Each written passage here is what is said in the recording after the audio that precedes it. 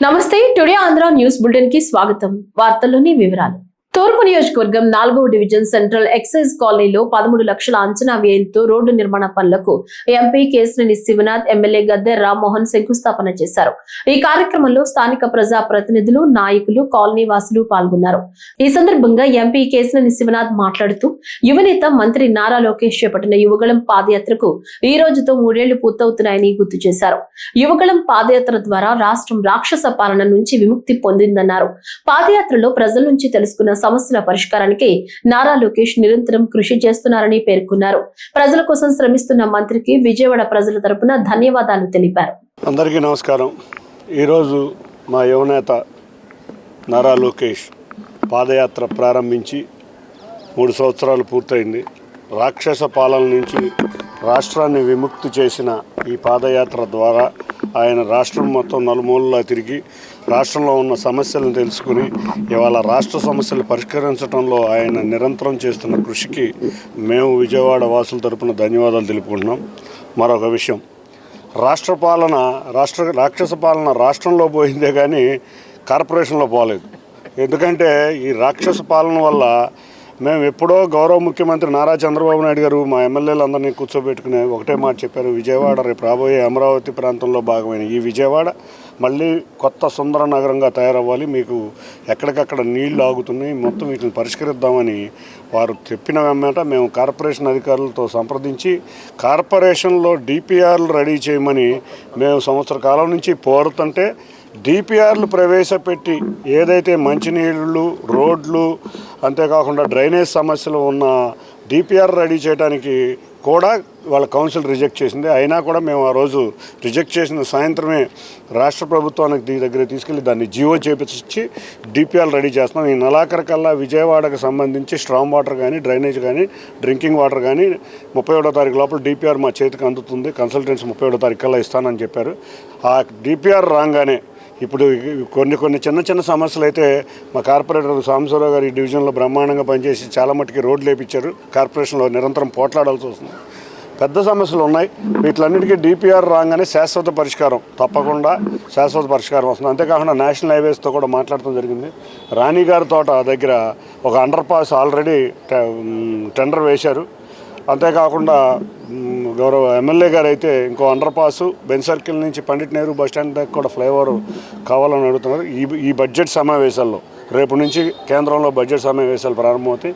ఈ బడ్జెట్ సమావేశాల లోపల విజయవాడకి సంబంధించిన నేషనల్ హైవేస్ కానీ, రైల్వేస్ కానీ అన్నీ ఒక కొలిక్కి వస్తాయి.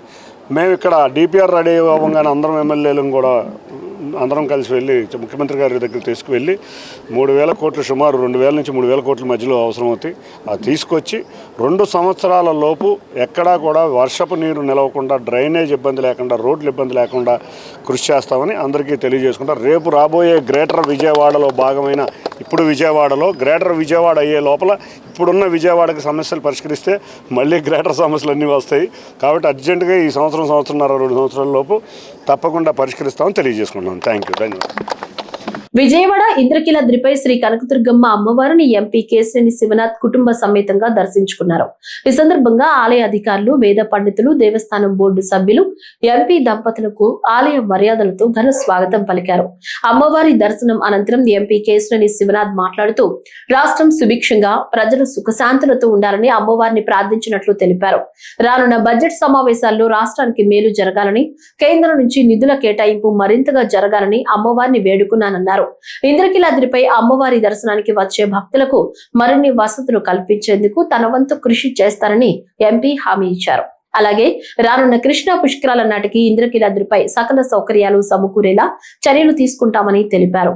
ఇంద్రకీలాద్రి ఆలయం మరింత అభివృద్ధి చెందేలా ప్రభుత్వం సమగ్ర కార్యాచరణ రూపొందించిందని ఎంపీ కేశినేని శివనాథ్ పేర్కొన్నారు. అందరికీ నమస్కారం.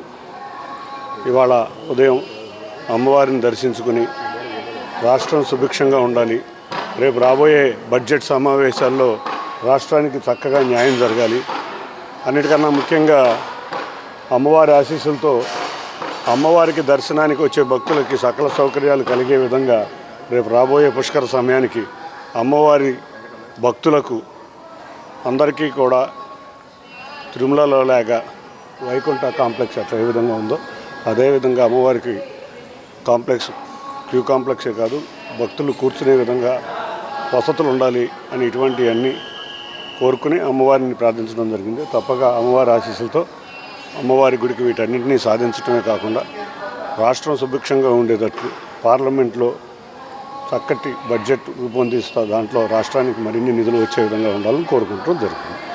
కాబట్టి తప్పకుండా రాబోయే కాలంలో అమరావతిలో ప్రాంతమైన విజయవాడలో ఉన్న అమ్మవారి ఆలయం మరింత శోభగా ఉండే విధంగా కోరుకుంటున్నాను. అందరికీ ధన్యవాదాలు. ఖరీఫ్ వరి ధాన్యం కొనుగోలు విషయంలో 50 లక్షల టన్నుల అంచనాలకు దగ్గరగా ఉన్నామని, ఇప్పటి వరకు 42,73,000 మెట్రిక్ టన్నులు కొనుగోలు చేశామని రైతుల ఆత్మీయ సమావేశంలో మంత్రి నాదెండ్ల మనోహర్ పేర్కొన్నారు. గుంటూరు జిల్లా తెనాలి మండలంలోని కంచర్లపాలెం గ్రామంలో రైతులు ఏర్పాటు చేసిన ఆత్మీయ సమావేశానికి మనోహర్ ఆత్మీయ అతిథిగా పాల్గొన్నారు. ఈ సందర్భంగా మంత్రి నాదెండ్ల మనోహర్ మాట్లాడుతూ, ఖరీఫ్ వ్యవసాయం పంట చేతికి వచ్చే సమయంలో ఏర్పడిన తుఫాన్లు రైతులను ఆందోళనలోకి నెట్టాయని, రైతుల పరిస్థితి గమనించి అన్ని విధాలుగా రైతును ఆదుకునేందుకు శాఖ పరంగా తీసుకున్న సమర్థనీయమైన నిర్ణయాలను రైతులకు వివరించారు. అయితే ఇందులో మీరందరూ గమనించాలి. ఇప్పుడు మీరు అన్నారు కొన్ని విత్తనాలు తెలియక ఎప్పటి నుంచో సాంప్రదాయబద్ధంగా మనం వేసుకుంటూ వస్తున్నాం.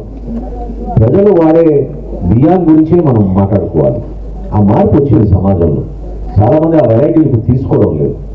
అయినా కానీ ప్రభుత్వం నేను కొనుగోలు చేసి ఇది సెంట్రల్ పూల్లోకి ఫుడ్ కార్పొరేషన్ ఆఫ్ ఇండియాకి వెళ్తుంది కాబట్టి ఆ వెరైటీలు తీసుకోవడానికి మాకు ఇబ్బంది లేదు. ఆ వెరైటీలు తీసుకోవడానికి అవకాశం కేంద్ర ప్రభుత్వం కల్పించింది కాబట్టి తీసుకోగలిగాం. రాబోయే రోజుల్లో ఖచ్చితంగా మనం బీపీటీ కానీ సోనా మసూరి కానీ ఈ సన్న బియ్యం గురించి ఎక్కువగా మన ఇళ్ళలోనే మనం అదే వాడుతూ ఉన్నాం కాబట్టి ఆ మార్పు ఏదైతే ప్రిఫర్డ్ వెరైటీ అంటారో, కమర్షియల్ వెరైటీ కాకుండా ప్రిఫర్డ్ వెరైటీ అంటారో, ఆ ప్రిఫర్డ్ వెరైటీని మనం దయచేసి రైతు సోదరులందరూ కూడా ముందు నుంచి ఆలోచించి ఆ మార్పు వ్యవసాయ రంగంలో తీసుకురావాలనేది మనస్ఫూర్తిగా కోరుకుంటున్నాను. ఈ సంవత్సరం చేసిన కార్యక్రమం ఇంకా మెరుగ్గా మరింత ఉపయోగపడే విధంగా రైతు సోదరుల కోసం అంకితం చేస్తాం. మా కూటమి ప్రభుత్వం మనస్ఫూర్తిగా గౌరవ ముఖ్యమంత్రి గారు ఇచ్చిన ఈ సహాయం, ఆ బలం, అదేవిధంగా ఆయన అందించిన ఒక స్ఫూర్తిని రైతాంగాని కోసం మేము ట్రాన్స్లేట్ చేయగలిగాం.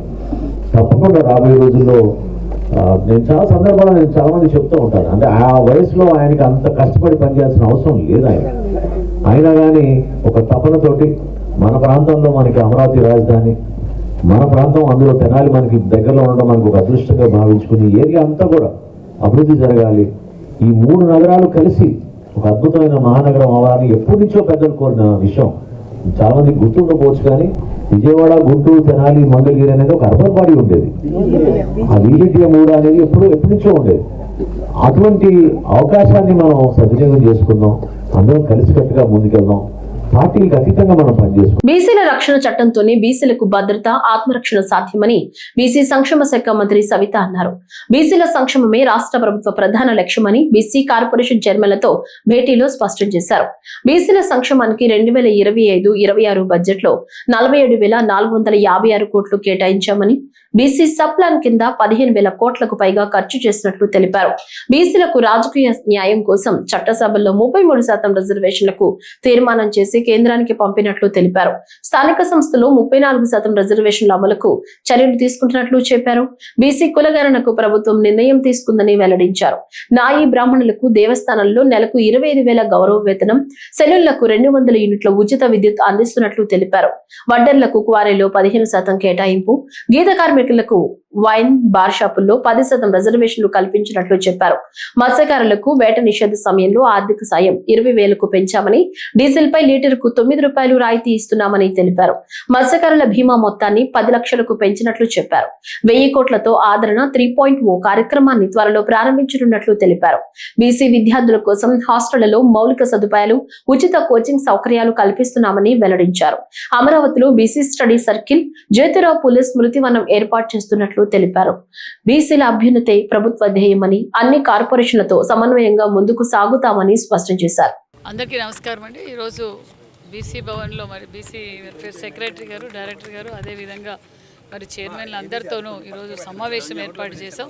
మరి ముఖ్యంగా ఈరోజు చైర్మన్లతో సమావేశం కావడం, మొన్నటి రోజున బీసీ సంఘాలతో మీటింగ్ ఏర్పాటు చేశాం, కుల సంఘాలతో మీటింగ్ ఏర్పాటు చేశాం. బీసీల చైర్మన్లతో కూడా ఈరోజు ఏర్పాటు చేయడం ముఖ్య ఉద్దేశం ఏంటంటే బీసీ రక్షణ చట్టం మేము ఏదైతే గతంలో యువగలం పాదయాత్రలో ఏదైతే నారా లోకేష్ బాబు గారు బీసీలకు రక్షణ చట్టం అమలు పరుస్తామన్నాం, మరి ఆ విధంగా జీఓఎంలో కూడా డిస్కషన్ జరిగింది. మరి ఇది వాళ్ళ సూచనలు సలహాలు తీసుకుని దాన్ని ముందుకు తీసుకెళ్దామన్న ఉద్దేశంతోనే మరి ఈరోజు బీసీల రక్షణ చట్టం గురించి మాట్లాడాం. అదేవిధంగా ఆదరణ 1, ఆదరణ 2 గతంలో ముఖ్యమంత్రి గారు చంద్రబాబు నాయుడు గారు ఉన్నప్పుడే తీసుకొచ్చారు. మళ్ళీ ఆదరణ 3ని ఇంప్లిమెంట్ చేయబోతున్నాం. ఆదరణ 3 గురించి వాళ్ళ కుల వృత్తుల గురించి, మరి ఎవరైతే కుల వృత్తులు కాకుండా ఇతర వర్కులు చేసుకునే వారికి అభివృద్ధి కోసం, బీసీల అభివృద్ధి కోసం ఏ విధంగా వాళ్ళ సూచనలు సలహాలు కూడా తీసుకుంటున్నామన్న విషయం కూడా తెలియజేస్తూ, అంతేకాకుండా మరి మన మహాత్మా జ్యోతిరావు గారి పులే గారి 200వ జయంతి కార్యక్రమం శృతివనం కూడా ఏర్పాటు చేస్తున్నాం. అది కూడా దాని విషయం కూడా డిస్కస్ చేసాం. అదేవిధంగా మరి 34% లోకల్ బాడీ రిజర్వేషన్ మీద కూడా మరి ఒక రూపకల్పన చేస్తున్నాం. దానికోసం కులగణాలు జరగాలి. అంతేకాకుండా డెడికేషన్ కమిషన్ కూడా వేయాలన్న ఆలోచనలో ముఖ్యమంత్రి దగ్గరలో వేయబోతున్నారనే విషయం కూడా తెలియజేస్తూ, బీసీలను అక్కను చేర్చుకున్న ప్రభుత్వం కూటమి ప్రభుత్వం అనే విషయం కూడా తెలియజేస్తూ, అదేవిధంగా మరి మేము ఇచ్చిన మేనిఫెస్టోలో మరి ఏ విధంగా అయితే ఎన్నికల సమయంలో మేనిఫెస్టోలో చెప్పామో ఒక్కొక్కటిగా నెరవేర్చుకుంటూ వస్తున్నాం. ఒక పక్క సూపర్ 6 పథకాలు అమలు పరుస్తూ మరి బీసీలకు ప్రత్యేకంగా చెప్పిన వడ్డర్లు కావచ్చు, సగరులు కావచ్చు, రజకులు కావచ్చు, మరి చేనేతలు ఉచిత కరెంటు కూడా దగ్గరలో ఇవ్వబోతున్నాం అన్న విషయాన్ని కూడా తెలియజేస్తూ, అంతేకాకుండా మరి బీసీలకు గతంలో ఏదైతే అన్న నందమూరి తారక రామారావు గారు బీసీలను ఏ విధంగా అయితే అక్కను చేర్చుకున్నారో అదే స్ఫూర్తితోనే మరి యువగలం అధినేత నారా లోకేష్ బాబు గారు బీసీలకు మరి బీసీ కార్పొరేషన్ల ద్వారానే ఆదరణ 3 పథకాన్ని కూడా అమలు పరచాలన్న విషయాన్ని కూడా తెలియజేశారన్న విషయం కూడా తెలియజేస్తున్నాం. అక్రమ సంబంధానికి అడ్డొస్తున్నాడని కట్టుకున్న భర్తను హత్య చేసిన ఘటనలో భార్యతో పాటు ఆమె ప్రియుడు, అతని స్నేహితుడును అరెస్టు చేశామని జిల్లా ఎస్పీ వకుల్ జిందాల్ తెలియజేశారు. గుంటూరు జిల్లా ఎస్పీ కార్యాలయంలో ఏర్పాటు చేసిన మీడియా సమావేశంలో ఎస్పీ మాట్లాడారు. తెనాలి నియోజకవర్గంలోని దుగ్గిరాల మండలం చిలువూరు గ్రామం లోకంబారి వీధిలో నివసిస్తున్న లోకం శివనాగరాజు భార్య లోకం లక్ష్మీ మాధురి తన భర్తకు బిర్యానీ వండి పెట్టి అందులో మత్తు బిళ్లలను పొడి చేసి అతను చనిపోవడానికి కారణమైందని తెలిపారు. లోకం లక్ష్మీ మాధురికి సత్తెనపల్లి మండలం గార్లపాడు గ్రామానికి చెందిన లక్కరాజు, ఫిరంగిపురం మండలం ఎర్రగుంట్లపాడు గ్రామానికి చెందిన కంబంపాటి సురేష్ ఈమెకు సహకరించారని తెలిపారు. లోకం శివనాగరాజు కుటుంబ సభ్యులు అనుమానం వ్యక్తం చేయడంతో పోలీసులు కేసు నమోదు చేసి విచారించామని తెలిపారు. విచారణలో ముగ్గురిని గుర్తించి పోలీసులు అదుపులోకి తీసుకుని వారిని విచారించగా శివనాగరాజుని హత్య చేశామని విచారణలో ఒప్పుకున్నారని చెప్పారు. దుగ్గిరాల పోలీస్ స్టేషన్ లిమిట్స్ చిలువురు గ్రామంలో 18 తారీఖున ఒక సస్పిషియస్ డెత్ జరిగింది. ఒక 48 years old పర్సన్ లోకం శివనాగరాజు సస్పిషియస్ సర్కమ్స్టాన్సెస్లో చనిపోవడం జరిగింది. బయట ఎట్లాంటి దెబ్బలు లేవు, కానీ చెవి నుంచి కొద్దిగా రక్తం కారింది. అది చూసి సస్పిషియస్ డెత్ కింద ఆ కేసు నమోదు చేయడం జరిగింది 194 BNSS కింద. దాంట్లో ఇన్వెస్టిగేషన్ చేస్తే పోస్ట్మార్టంకి పంపించడం జరిగింది. పోస్ట్మార్టంకి పంపిస్తే ప్రిలిమినరీ పోస్ట్మార్టం రిపోర్ట్లో కొన్ని రిబ్స్ ఫ్రాక్చర్ ఉన్నాయి. అదేవిధంగా ఇది సఫోకేషన్తో డెత్ జరిగిందని ప్రిలిమినరీగా చెప్పడం జరిగింది. ఆ బేసిస్ మీద ఫర్దర్ ఇన్వెస్టిగేషన్ చేస్తే లోకం శివనాగరాజు భార్య ఆమె లవర్తో కలిసి ఇతనిని చంపేశారని నిర్ధారించడం జరిగింది. సో ఈరోజు ముగ్గురు ముద్దాయిలని అరెస్ట్ చేయడం జరిగింది ఈ మర్డర్ కేసులో. సో ఈ కేసుని 194 BNSS నుంచి మర్డర్ కింద ఆల్టర్ చేయడం జరిగింది. ఈ కేసులో ముగ్గురు ముద్దాయిలను ఈరోజు అరెస్ట్ చేసి రిమాండ్కి పంపించడం జరుగుతుంది. రాష్ట్ర విద్యాశాఖ మంత్రి నారా లోకేష్ యువగళం పాదయాత్రలో ఇచ్చిన హామీలన్నీ నెరవేర్చుతున్నారని శాప్ చైర్మన్ ఏ రవినాయుడు తెలిపారు. మంత్రి నారా లోకేష్ యువగళం పాదయాత్ర చిత్తూరు జిల్లా నుంచి ప్రారంభించి 3 సంవత్సరాలు పూర్తి చేసుకున్న సందర్భంగా శాప్ చైర్మన్ రవినాయుడు శ్రీ కాణిపాకం వరసిద్ధి వినాయక స్వామి వారికి మొక్కు తీర్చుకున్నారు. ఆలయం వద్ద ఆయనకు ఆలయ ఈవో పెంచల కిషోర్, చైర్మన్ మణినాయుడు స్వాగతం పలికి దర్శన ఏర్పాట్లు చేశారు. దర్శనానంతరం ఆశీర్వచన మండపంలో ఈవో తీర్థ ప్రసాదాలు అందించగా వేద పండితులు ఆశీర్వచనం పలికారు. ఆలయం వెలుపల ఆయన మీడియాతో మాట్లాడుతూ ఎన్నికల్లో ఇచ్చిన హామీ మేరకు మెగా డిఎస్సితో పాటు 20 లక్షల మందికి ఉద్యోగాలు, పారిశ్రామిక అభివృద్ధితో పాటు రాష్ట్రాభివృద్ధికి అనేక రకాలుగా చర్యలు తీసుకుంటున్నారని పేర్కొన్నారు. ఇదే జిల్లాలో కుప్పంలో పాదయాత్ర మొదలుపెట్టడం, జనవరి 27వ తారీఖున ఇదే సమయానికి నారా లోకేష్ గారు విఘ్న నాయకుడు వినాయక స్వామిని కూడా దర్శించుకోవడం, పాదయాత్ర మొదలుపెట్టడం, ఇదే నియోజకవర్గంలో ఆ రోజు ఇదే బంగారుపాలెంలో ఏ విధమైన ఇబ్బందులు వచ్చాయో మీరు అందరూ చూశారు.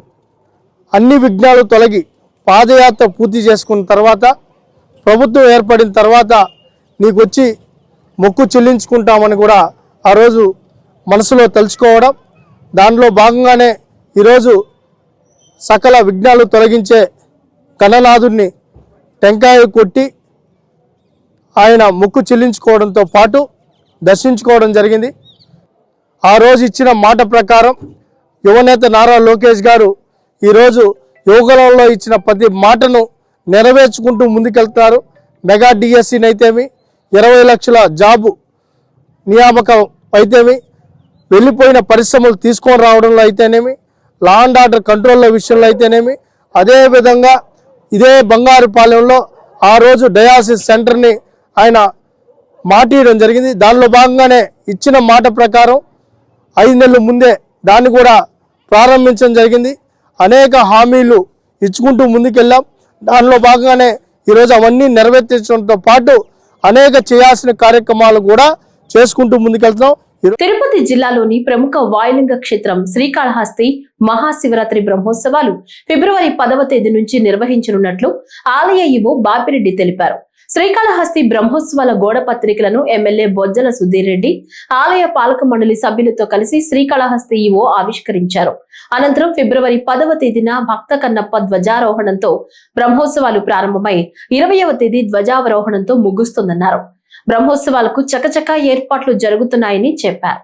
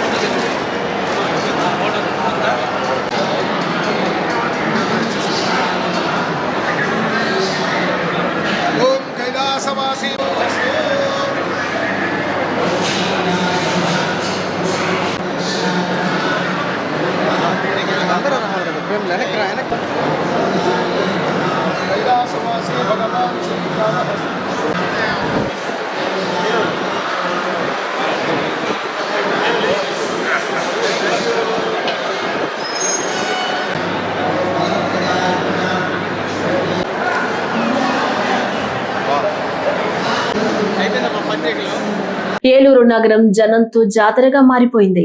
8 ఏళ్లకోసారి జరిగే గంగానమ్మ జాతరతో ఏలూరు నగరం హోరెత్తింది. ప్రజల ఆరాధ్య దైవం, భక్తుల కోరిన కోరికలు నెరవేర్చే చల్లని తల్లిగా కొలుచుకునే తూర్పు వీధి, దక్షిణపు వీధి పవరుపేట గంగానమ్మ జాతర కొర్లబండి ఊరేగింపుతో ముగిసింది.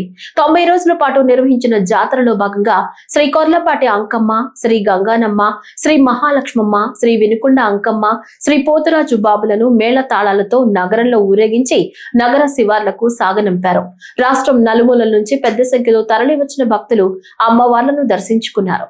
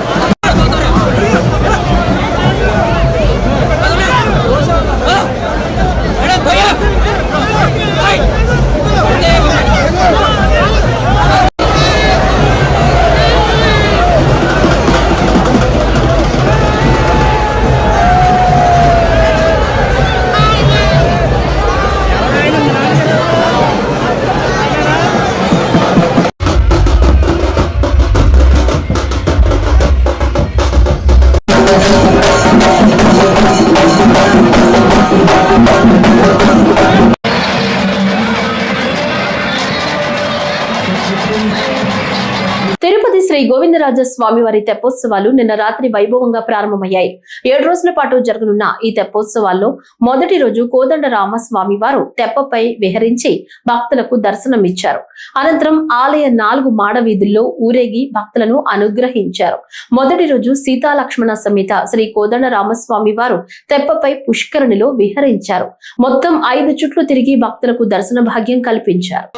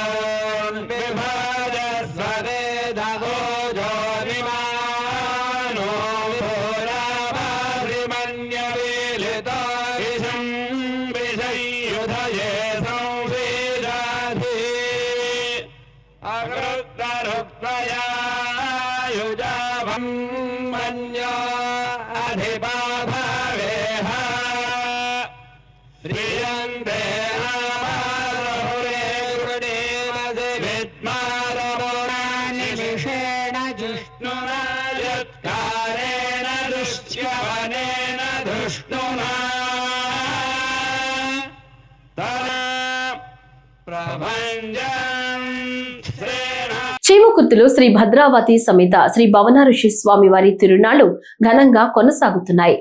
ఈ తిరునాళ్లలో భాగంగా సోమవారం రాత్రి నిర్వాహకులు ఏర్పాటు చేసిన డాన్స్ బేబీ డాన్స్ కార్యక్రమం ప్రత్యేక ఆకర్షణగా నిలిచింది. కార్యక్రమంలో చిన్నారులు ప్రదర్శించిన అద్భుతమైన నృత్యాలు ప్రేక్షకులను విపరీతంగా ఆకట్టుకున్నాయి. వారి చురుకుదనం, ప్రతిభకు ప్రేక్షకులు చప్పట్లతో ప్రోత్సాహం అందించారు. ఈ డాన్స్ ప్రోగ్రాం కు అధిక సంఖ్యలో ప్రజలు హాజరై కార్యక్రమాన్ని విజయవంతం చేయడంతో పాటు తిరునాళ్ల వేడుకలకు మరింత కళ తెచ్చారు.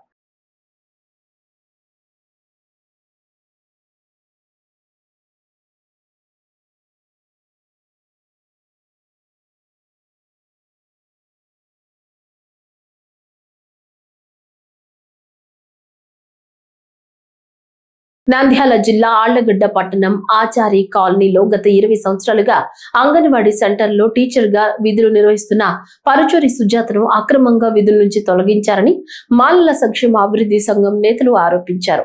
మాలల సంక్షేమ అభివృద్ధి సంఘం రాష్ట్ర అధ్యక్షుడు పెన్నం సుధాకర్, రాయలసీమ అధ్యక్షుడు నేగల యేసు ఆళ్లగడ్డలో నిర్వహించిన మీడియా సమావేశంలో మాట్లాడుతూ అంగన్వాడీ సెంటర్ కు నాణ్యత లేని గుడ్లు సరఫరా చేసిన విషయాన్ని టీచర్ సుజాత సూపర్వైజర్ దృష్టికి తీసుకెళ్లినా గుడ్లు ఎలా ఉన్నా పంపిణీ చేయాలంటూ ఆదేశాలు జారీ చేశారని తెలిపారు.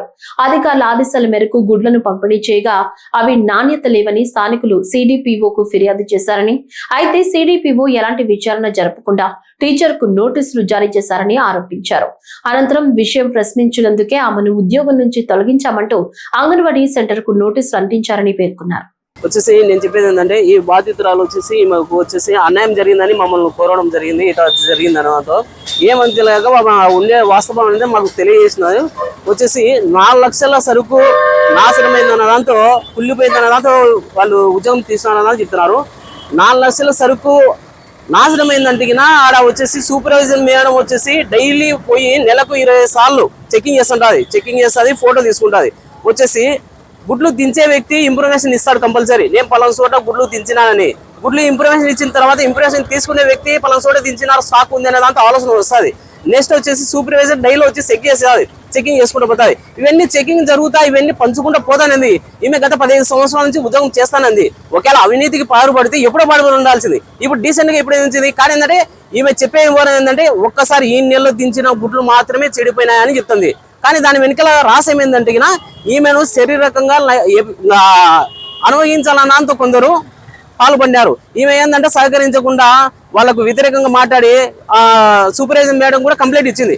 మేడం వీళ్ళు నా మీద బలవంతంగా ఇట్లా ఇది చేస్తున్నారు అనంతో ఆ మేడం వచ్చేసి వాళ్ళ మీద కంప్లైంట్ ఏమాత్రం తీసుకుండా సర్లేన చూసి ఇరిసిపెట్టినారు. వాళ్ళు ఏంటంటే ఈమె సహకరించలేదు కాబట్టి వాళ్ళు పగతో ఏం చేస్తున్నారంటే ఒక కుట్రతో, అంటే దీని వెనకలు ఏంటంటే సూపర్వైజర్ ఉంది, వీడి మేడం ఉంది, వీళ్ళు ముగ్గురు కలిసి ఈమె కుట్రతో ఉద్యోగం తీయాలని ఒక ప్లాన్ వేసినారు తప్ప మిగతాది ఏం లేదు. కలెక్టర్ మేడం గారికి కూడా నేను విన్నపంలో చెప్పేది ఏంటంటే, మేడం మీ కాడికి వచ్చిన ఈ ఒక సమస్యను మీరు తెలుసుకొని ఎంక్వైరీ చేసుకొని దయచేసి ఈమె ఉద్యోగము మేమకి ఇప్పించాలని కోరుతున్నాం. అది తొందరలో వచ్చేసి మేము కలెక్టర్ ఆఫీస్ కాడికి కూడా వస్తాము. ఆడ కూడా ఒక ర్యాలీ, ఒక ప్రెస్ మీట్ అనేది ఇవ్వడం జరుగుతుంది. కలెక్టర్ మేడం మీ కాడికి కూడా వచ్చి మీతో కూడా మేము మాట్లాడతాం. ఈ పరిష్కారం ఏంటో అనేది మేము చేస్తాము. దయ ఉంచి ఈ అధికారులు అనేది ప్రతి ఒక్కరు తెలుసుకొని ఈమెకు తగిన న్యాయం చేయాలని కోరుతున్నాను. జై భీమ్. నమస్కారము, నా పేరు పరుచూరు సుజాత. ఆలగడ్డలో ఆచారకాలంలో 20 సెంటర్ గా పనిచేస్తున్నాను. నేను 16 ఏళ్ళ నుంచి ఉద్యోగం చేస్తున్నాను. నాపై అధికారులు కుమ్మక్కయ్యి నన్ను ఇట్లా వేధిస్తున్నారు. దస్తగిరమ్మ మేడము ప్రతిసారి నా సెంటర్కి వస్తూనే ఉంది. సూపర్వైజర్ ప్రతి నెలలో 20 సార్లు సెంటర్కి వస్తూనే ఉంది. ఆమె చెప్పితే నేను అన్ని పంచినాను. గుడ్లు ఇచ్చినారు. వాళ్ళు పంచమని చెప్పినారు, నేను పంచినాను. నాపై ఆరోపణలు చేసినారు.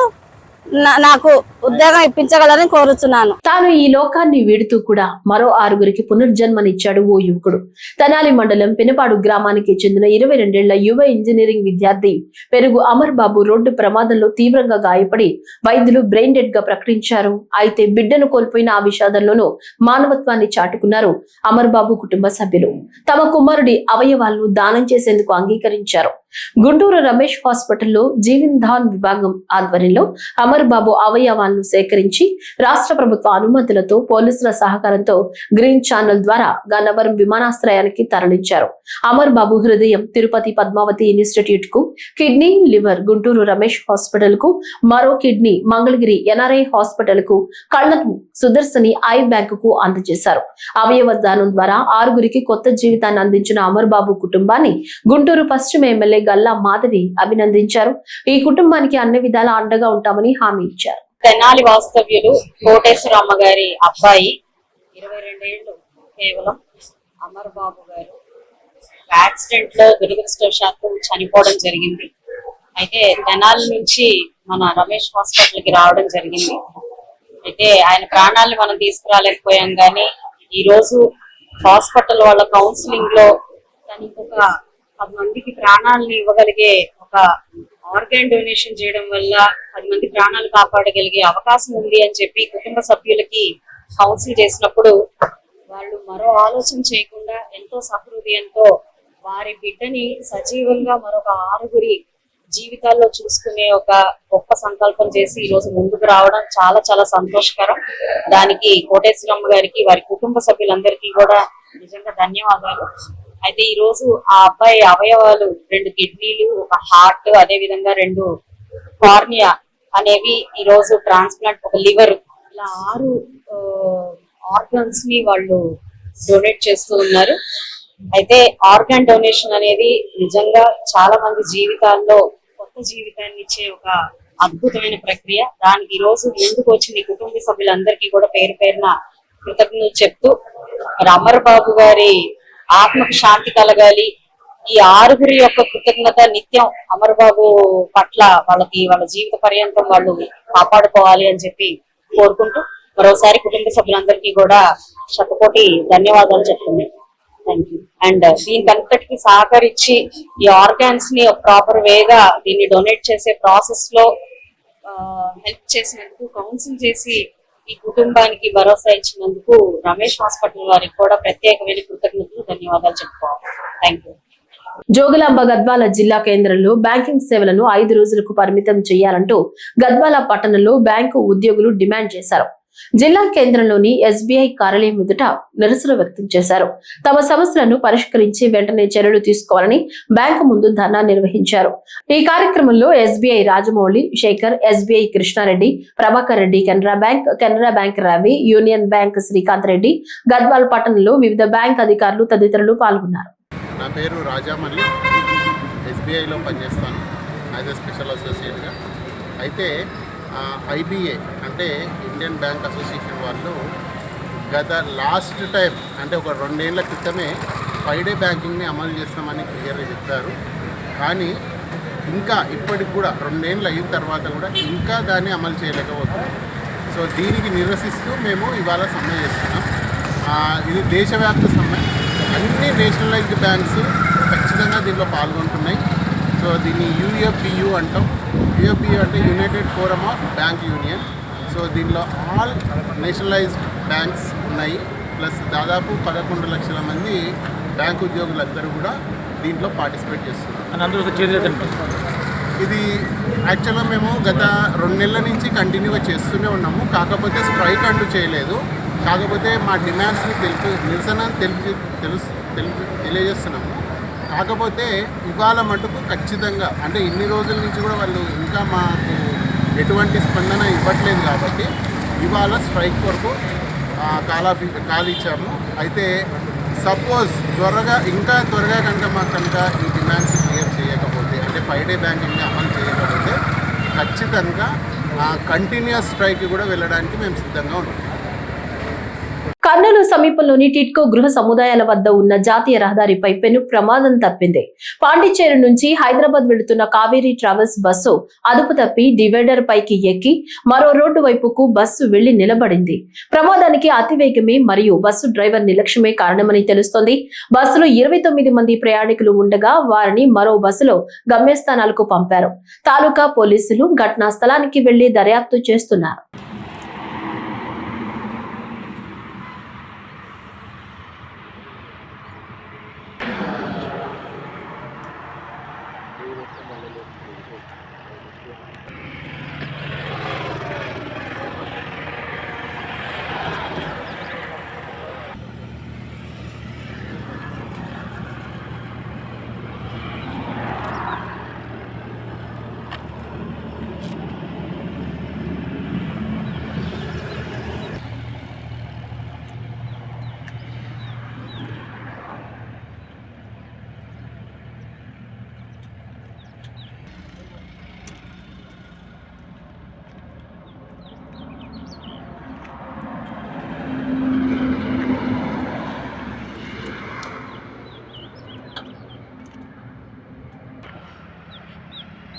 ఈ వార్తలు ఇంతటితో సమాప్తం. నమస్కారం.